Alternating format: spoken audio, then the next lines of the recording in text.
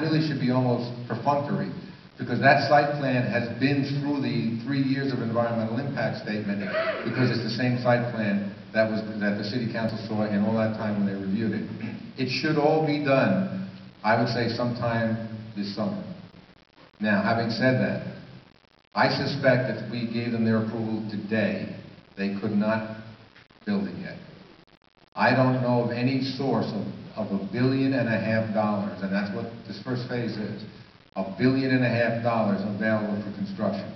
Everyone recognizes and still acknowledges it's a great project, it's a great location, and they want to build it here, which is why they've invested over $25 million of their own money and the money they borrowed from their bank in this project.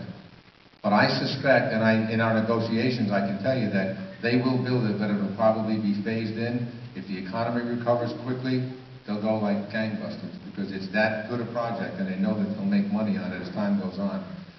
But right now, we're looking at a schedule sometime this summer to get final approvals, and then it's just a matter of building up a timetable to start construction once they get financing.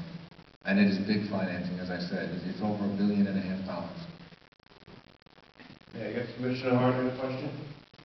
My question, Commissioner, is the police officers that are assigned to the various schools, what is their status when school is not in session, winter recess, summer vacations? What is the status of those police officers at that time? The officers you mentioned, we call them school resource officers, or SROs.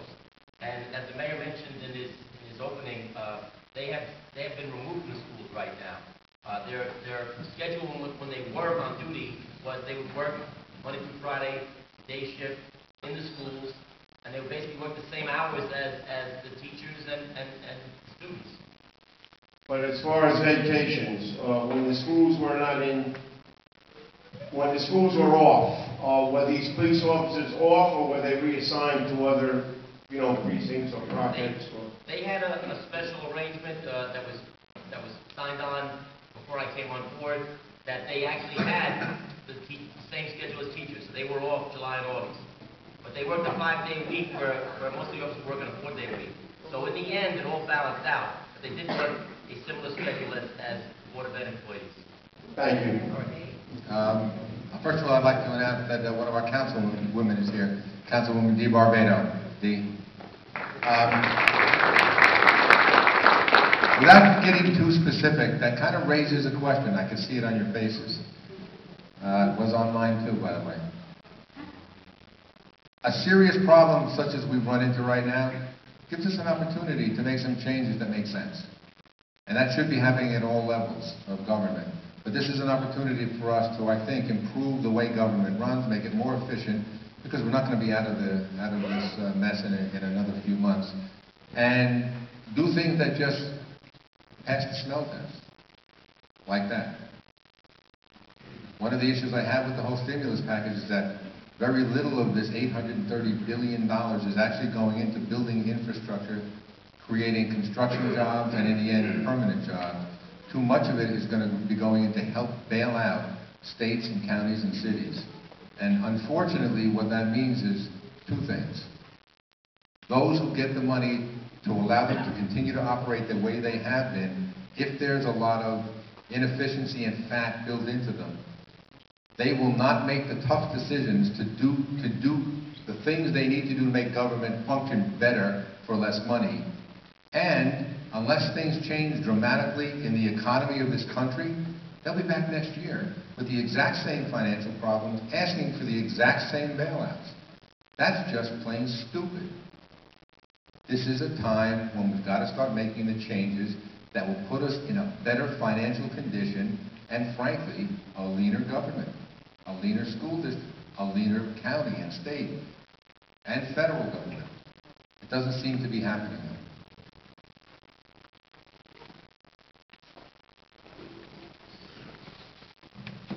Yes. Mr. Mayor, I'd like to know what the status, the projected status of the still 11 demoted fire officers of the fire department and the 2 vacancies that were removed from the fire department.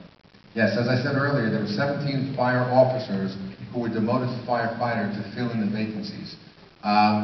One of the things I could not do, because we didn't have the money to do it, and there was no way to change our taxes even if we wanted to in the middle of the year legally, one of the things I could not do is bring on another class of police officers and another class of firefighters so that the vacancies that are there will be filled.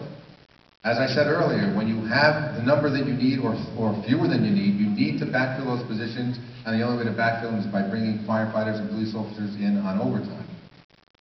Come July 1st, when there's a new budget, we're going to build into that budget classes for the police department and firefighters so that over the course of the 6 months, the first 6 months, which is pretty much how long it will take for the police to go through the academy, and I think it's 3.5 or 4 months for the firefighters to go through the academy, we can bring them back into the city, and then we will allow the lieutenants and the police and the fire department to be put back up to lieutenant and fill those vacancies in the fire and police department.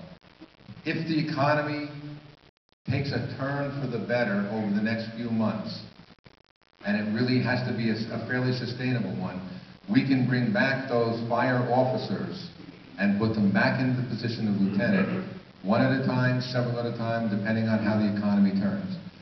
I got a call from some of the fire officers from the union, and I understood it, and the firefighters union, saying you got a $600,000 surplus mentioned. Well, I won't tell you what I said about the reporter who made sure that there was a headline that says city to end year on surplus. 2 months earlier, we were going to end the year with a $16 million deficit. Now it was a $600,000 surplus. If it can change that fast in that short period of time, it can change just as fast in the next couple of months. Once we see the trend moving in a direction that allows us to know that we are going to have those revenues and that we are not going to have expenses that will eat them all up, and we will have a surplus, it will allow us to start bringing the firefighters, the fire officers back. And probably some of the part-time positions, but not a lot, and we've got to be conservative.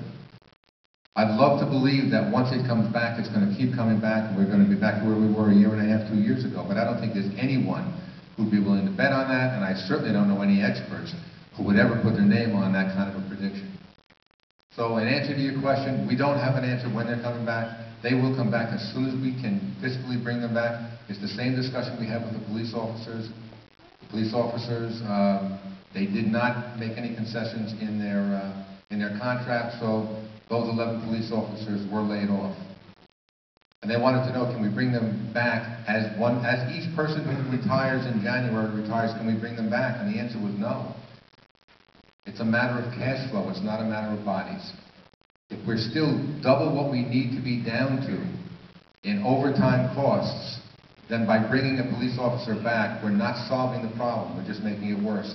If we can get down to a level, and I won't give you the dollar amounts, because that was worked out with the finance commissioner, where they needed to be, and somebody retires, we'll bring a police officer back. There will be a threshold where it actually costs us more to keep them out than bring them back. It's all about cash flow.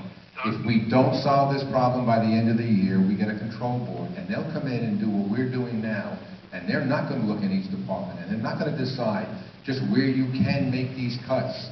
They're going to come in and they're going to say, cut them 5, 6, 7, 8, 10%. You got 30 days to do it, or you're in bankruptcy, we're going to replace everything. We don't need that. Buffalo had that. Buffalo, which at one time was 600,000 or 800,000 people, and I was just told by somebody from Buffalo, and I don't know if it's true, but I know it's close, they're down to about 235,000 to 240,000 people.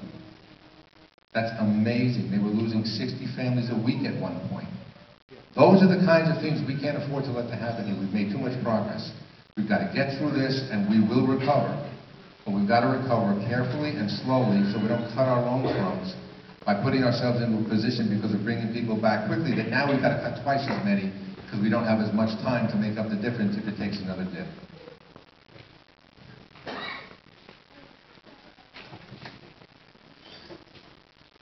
Mayor, I wanted to ask you about Ridge Hill. You referred to it a while ago. You said, did I misunderstand you, that there's going to be city and federal money involved in finishing Ridge Hill? I mean, why would the city underwrite? No,